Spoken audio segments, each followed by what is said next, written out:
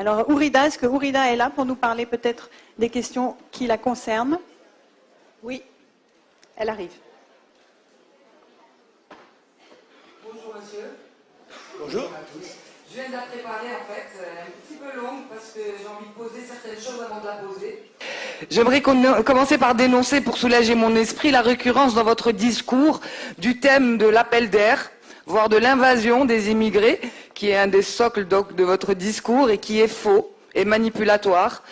Au dernier recensement de la population immigrée, c'était donc en 2004, elle était de 4,9 millions, donc 8,1% de la population globale. En 1990, elle était de 7,4%, c'est pas énorme. Ces immigrés travaillent, cotisent, ils aiment la France.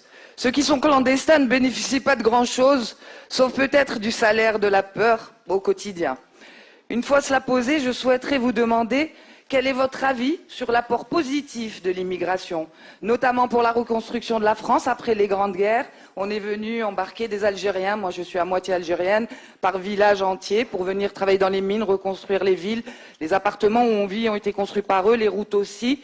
Donc quel est l'apport positif pour vous de l'immigration et donc pour la relance de l'économie à ces moments-là? Et ne pensez-vous pas qu'il est grand temps de redonner de la dignité aux millions d'entre eux qui ont contribué, en étant très souvent bafoués, à la grandeur de la France?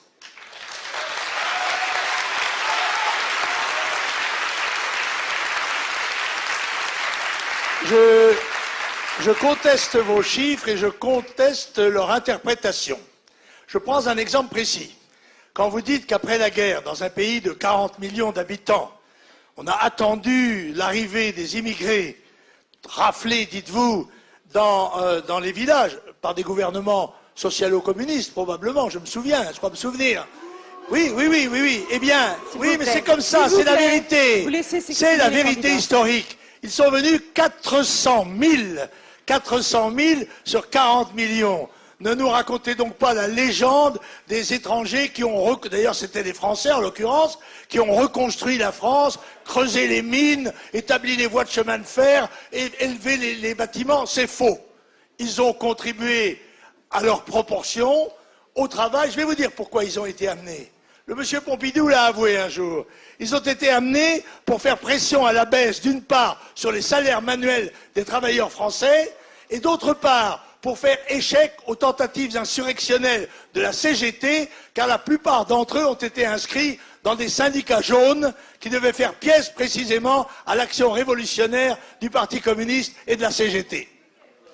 Est-ce que ça répond à la question de Ourida? Je ne sais pas.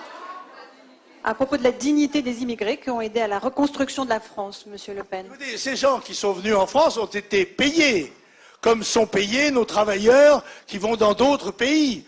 On ne leur doit rien d'autre que leur salaire, on ne leur doit pas une reconnaissance particulière. Ils ont été salariés, ils ont eu les avantages sociaux de leur situation, en tous les cas, celles qu'avaient établies les gouvernements de cette époque, qui, je le rappelle, étaient tripartites, c'est-à-dire MRP, socialo-communiste.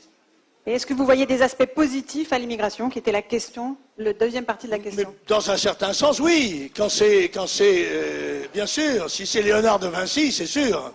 Bon.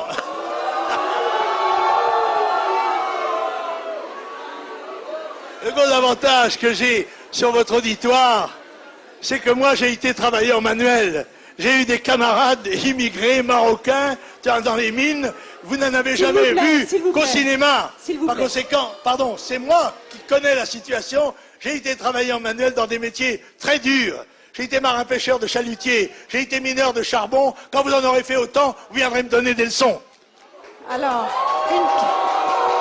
s'il vous plaît, s'il vous plaît, question dans la salle. D'établir Mademoiselle, une question. Elle est juste là, oui. monsieur. Alors, bonjour. Je voudrais vous interroger sur